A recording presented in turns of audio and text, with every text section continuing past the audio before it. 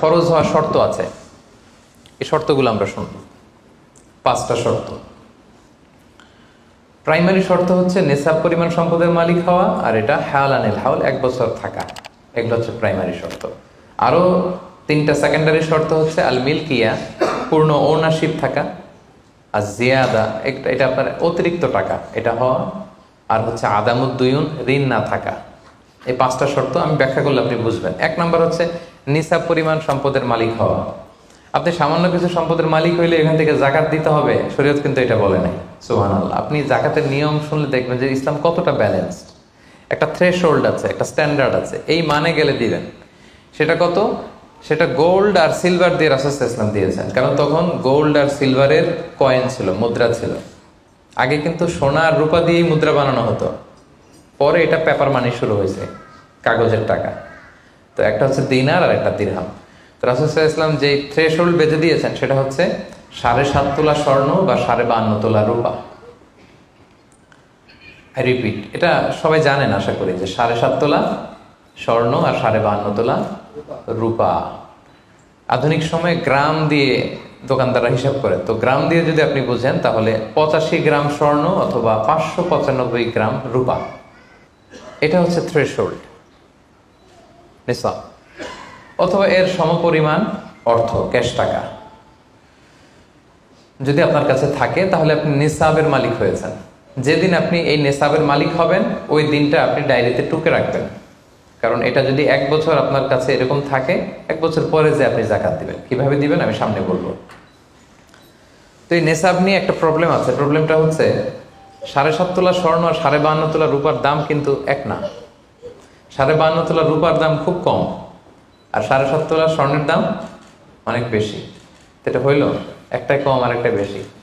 ঘটনা হচ্ছে রাসূল সাল্লাল্লাহু আলাইহি ওয়াসাল্লাম যখন এই থ্রেশহোল্ডটা বেঁধে দিয়েছিলেন নিসাবটা, তখন দুইটার মান সমান ছিল। তখন 7.5 তোলা স্বর্ণ দিয়ে 52.5 তোলার মতো রূপা পাওয়া যেত, অথবা কেউ 52.5 তোলা রূপা বিক্রি করলে 7.5 তোলা স্বর্ণ পেত। কিন্তু পরে সিলভার ফল করতে শুরু করলো, ফল করতে করতে আজকে এই অবস্থা। গোল্ড আবার খুব একটা ফল করে নাই, ফলে গোল্ডের স্টেবিলিটিটা এখনো রয়ে গিয়েছে। তো এখন আপনি কোনটা ধরে দিবেন জাকাতটা? যদি আপনি রূপা ধরেন, কথার কথা, রূপা যদি এই 1 ভরির দাম 1000 টাকা হয়, তাহলে 52.5 ভরির দাম কত? 52,500 টাকা। কিন্তু স্বর্ণ যদি আপনি হিসাব করেন, 1 ভরি যদি 50,000 হয়, 7.5 ভরি কত? 3.5 লাখ প্লাস, তাহলে প্রায় 7 গুণ কম বেশি, তাই না? এটা নিয়েই হয়ে গেছে জটিলতা। তো এখন আপনি কোনটা ধরে দিবেন? অনেকে বলে না গোল্ড দিব, কারণ গোল্ড ফল করে নাই, এটার যে স্ট্যান্ডার্ড এটা এখনো বজায় আছে। এটা নিয়ে অনেক আলোচনা, আমি খুব সংক্ষেপে বলি। কেউ বলে গোল্ড দিব, কেউ বলে রূপা দিব। এখন আমি কি বলি? আমি আপনাদেরকে সাজেস্ট করবো আপনারা রূপারটা ধরবেন। রূপারটা ধরলে কি লাভ হবে জানেন? 2 দিকেই লাভ, আপনারও লাভ, যিনি নিবে আরও লাভ। রূপারটা ধরলে বেশি সংখ্যক লোক জাকাত দান করতে হবে, তাই না? আর বেশি সংখ্যক গরিব লোকও টাকা পাবে, কি বলেন? তো 2 পক্ষে লাভ হইল না। এখন প্রশ্ন করতে পারেন, হুজুর ও পাইছে ওর লাভ, আমার লাভ কি? আপনার তো সবচেয়ে বড় লাভ, আপনি সওয়াব পাবেন আখিরাতে। এটা আমাদের বেশি দরকার না? কি বলেন? যিনি গ্রহীতা উনি পেয়ে লাভ, তার লাভ হইল, আর যিনি দাতা তিনি সওয়াব পেয়ে লাভবান হইলেন, তিনি সম্মানিত জাকাত দাতা হইলেন। অল্প আসুক না, ধরেন আপনার 1000 টাকা জাকাত আসছে, তা আপনি যদি 1000 টাকা জাকাত দেন, এটা আপনার হৃদয়ে একটা প্রশান্তির কারণ হবে না যে আমি সম্মানিত জাকাত দাতা, আলহামদুলিল্লাহ, আই এম এ জাকাত পেয়ার। এবং এত বড় একটা ফরজ ইবাদতের লিস্টে যে আপনি ঢুকতে পারছেন, এটাও তো কম কিসে, কি বলেন? এজন্য স্বর্ণেরটা না ধরে রূপারটা ধরবেন। আপনাদের যে টাকা পয়সা, আপনাদের তো হীরা দিয়ে করা দরকার আপনাদের নেশা। এনিওয়ে, তো এজন্য আপনারা রূপারটা ধরবেন, তাহলে লোকজন উপকৃত হবে বেশি, সম্মানিত ভাই এবং বোনেরা। তাহলে 5টা শর্তের প্রথমটা তো বুঝে গেছেন, নিসাব। কি বলেন? নিসাব বুঝে গেছেন না? 2 নম্বর শর্ত হচ্ছে শুধু এই নেসাব পরিমাণ সম্পদের মালিক হইলেই হবে না ভাইরা, এটাকে হাওলানিল হাউল বলে, মানে 1 বছর আপনার কাছে থাকতে হবে। দেখেন ইসলাম কতটা ভারসাম্যপূর্ণ। কিছু টাকা আপনার কাছে থাকলে এই জাকাত দাও না, এটা 1 বছর থাকতে হবে। যদি দেখা যায় যে আপনার সব খরচ শেষে 1 বছর এই টাকাটা আপনার কাছে অলস পড়ে আছে, তাহলে বোঝা গেল যে আপনি সম্পদশালী এবং আপনার অর্থের একটা স্টেবিলিটি আছে, কি বলেন?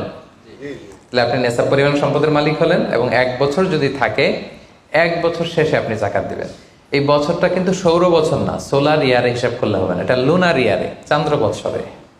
খেয়াল রাখতে হবে, সৌর বছর জানুয়ারি ফেব্রুয়ারি মাসের যে হিসাবটা, এটা 365 দিনে 1 বছর, কিন্তু যেটা লুনার ইয়ার, চন্দ্র বছর, এটা কতদিন 1 বছর কে জানে? কেউ জানেন না? 300 হ্যাঁ 354 দিন, রাইট, 354 দিন, সামান্য কিছু সময়। তো 11 দিনের কিন্তু এখানে ডিফারেন্স আছে, 11 দিনের ডিফারেন্স আছে। তো আপনি হিসেব করবেন হচ্ছে চান্দ্র বছর অনুযায়ী, সৌর বছর অনুযায়ী না। তো সৌর বছর অনুযায়ী যদি করেন তাহলে আপনার জাকাত কিন্তু 2.5% থাকবে না। চান্দ্র বছর অনুযায়ী আপনার 2.5%, সৌর বছর করলে ওইটা 2.58% হয়ে যাবে, একটু বাড়বে না? কারণ কতদিন বেশি? 11 দিন বেশি, পার্সেন্টেজও বেড়ে যাবে, তখন কিন্তু জাকাত আপনার 2.5% থাকবে না, 2.58%। বলার আগে বুঝে যায়, কারণ সব ব্যবসায়ী সারাদিন ক্যালকুলেটর নিয়ে কোত্থেকে শিপমেন্ট হইলো, কত মিলিয়ন গেল, কত মিলিয়ন ঢুকলো, সব মুখস্থ, যেন বলার আগে বুঝে ফেলতেছে চটচট করে, মাশাআল্লাহ। তো তখন আর 2.5% হচ্ছে না, 2.58% হচ্ছে। তাহলে সম্মানিত ভাইরা, আপনি ধরেন, উদাহরণস্বরূপ ধরেন যে আপনি গত রমজানের 20 তারিখে সর্বপ্রথম নিসাব পরিমাণ সম্পদের মালিক হয়েছিলেন। তো তারপরে আপনি খেয়াল করবেন যে দেখি সারা বছর এই পরিমাণ অতিরিক্ত অলস টাকা আমার কাছে পড়ে থাকে কিনা। থাকতে থাকতে থাকতে থাকতে এই রমজানের 20 পর্যন্ত দেখেন যায় টাকা ওইটা তো আছে, আরো হয়েছে টাকা। তো তার মানে আপনি এখন জাকাত দিবেন, যেহেতু নেসাবের মালিকও হয়েছেন, আবার পূর্ণ একটা চন্দ্র বছরও আপনার অতিক্রম করেছে, স্থায়ী হয়েছে, তখন আপনি জাকাত হিসাব করবেন। তাহলে 2টা শর্ত বুঝলেন না? 3 নাম্বার হচ্ছে ওনারশিপ, আপনার মালিকানা থাকতে হবে। যে সম্পদটা আছে, খালি আপনার কাছে টাকা থাকলেই হবে না, এটা কমপ্লিট, আরবিতে তাসাররুফ বলে, কমপ্লিট ওনারশিপ আপনার থাকতে হবে। এখন একজনের আমানতের টাকা আপনার আছে, ওটা আপনি জাকাত দিতে পারবেন? একজন 5 লাখ টাকা আমানত রাখছে, আপনি এটা জাকাত দেওয়া শুরু করছেন, হবে? সেটা তো উনি জাকাত দিবে, এটা তো আপনার আমানতের টাকা, এই টাকা তো আপনার বুঝাই দিতে হবে। তো আমানতের টাকা কিন্তু কমপ্লিট ওনারশিপ আমার থাকে না, এটার হিসাব আমি করবো না। তো এটা বুঝে গেলেন। 4 নাম্বার হচ্ছে এই টাকা আপনার অতিরিক্ত হইতে হবে, আরবিতে বলে জিয়াদা।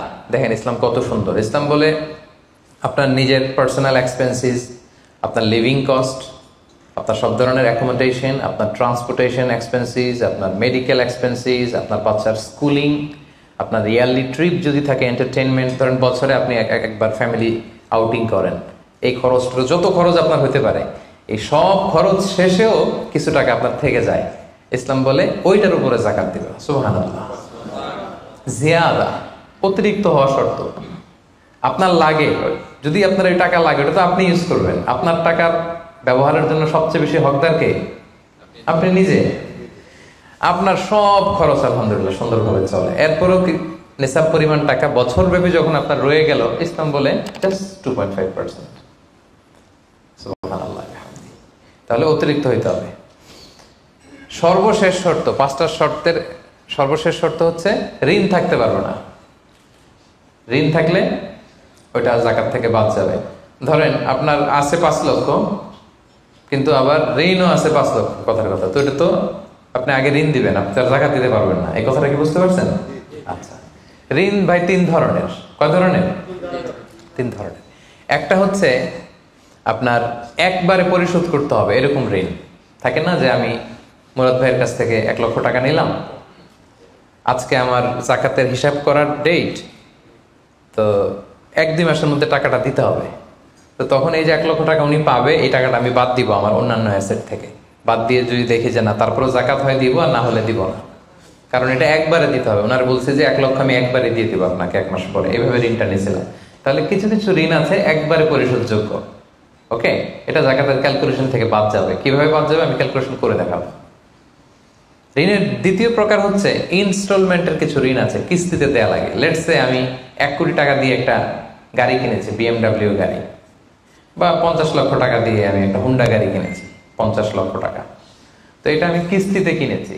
কিস্তির ঋণ যদি হয় তাহলে আপনি কিন্তু পুরোটা বাদ দিতে পারবেন না, তখন সর্বোচ্চ 12 মাসের কিস্তি বাদ দিতে পারবেন, 12 মান্থসের, তাও এই চন্দ্র মাসের হিসাবে। কারণ জাকাতের হিসাবটা কি 12 মাসের হিসাব, তাই না? এটা একটা ইয়ারলি ক্যালকুলেশন। আপনি পুরোটা যদি একবারে বাদ দেন তাহলে তো আপনার আর জাকাতই দেওয়া লাগবে না। কি বলেন? বাংলাদেশে অনেক বড় বড় সিআইপি ব্যবসায়ী আছে, ওনারা হাজার হাজার কোটি টাকা ব্যাংক থেকে ব্যবসায়ের কারণে ঋণ নেন এবং ওনাদের ঋণ খেলাপি হয়। তো ওনারা যদি বলে হুজুর আমার তো ঋণ আছে, তো উনি আর জাকাত দিবে কি? ওনারই তো আমার জাকাত দেওয়া লাগবে এখন। কি বলেন? এরকম বড় বড় সিআইপিরা যদি ঋণের দোহাই দেয়, উনি আর জাকাত দিবে কি? উনি তো ঋণী। তখন উনারই কিছু জাকাত আমাদের দেওয়া লাগবে, কারণ আমরা জাকাতের 8টা খাতের মধ্যে একটা পড়েছি, বল গরিমিনা। কি বলেন? ঋণগ্রস্ত ব্যক্তিকে জাকাতের টাকা দিয়ে হেল্প করা যায়, তো উনি আর দিবে কি? উনারে দিই আমরা। ওই ঋণ বাদ দেওয়া যাবে না। ইনস্টলমেন্টের ঋণ হইলে 12 মাসের, আর ওইরকম ঋণ খেলাপি 1000 কোটি টাকা, এগুলো বাদ দেওয়া যাবে না। 3 নাম্বার ঋণ হচ্ছে লাক্সারি পণ্য কিনতে যে ঋণ হয়, এই ঋণ জাকাত থেকে বাদ দেওয়া যাবে না। বিলাসিতামূলক কিছু যদি আপনি কিনেন, আপনি একটা লাম্বরগিনি কিনলেন 10 কোটি টাকা দিয়ে, এটা আপনি জাকাত থেকে বাদ দিতে পারবেন? পারবেন না। তাহলে লাক্সারি আইটেমের যে ঋণ, এটা বাদ দেওয়া যায় না। তাহলে ঋণের ব্যাপারটা পুরোপুরি বুঝে গেছেন না? এই 5টা শর্ত যদি থাকে আপনার মধ্যে পাওয়া যায়, অর্থাৎ আল্লাহ তাআলা আপনাকে একটা নিসাব পরিমাণ সম্পদের মালিক বানিয়েছেন, এটা আল্লাহ তাআলা পুরো 1 বছর আপনার এই পরিমাণ টাকা আপনার মধ্যে স্টেবল ছিল এবং এটার পূর্ণ ওনারশিপ আপনার আছে, এবং এটা আপনার সব খরচের অতিরিক্ত, এবং সবশেষে এটা আপনার ঋণের বাইরে।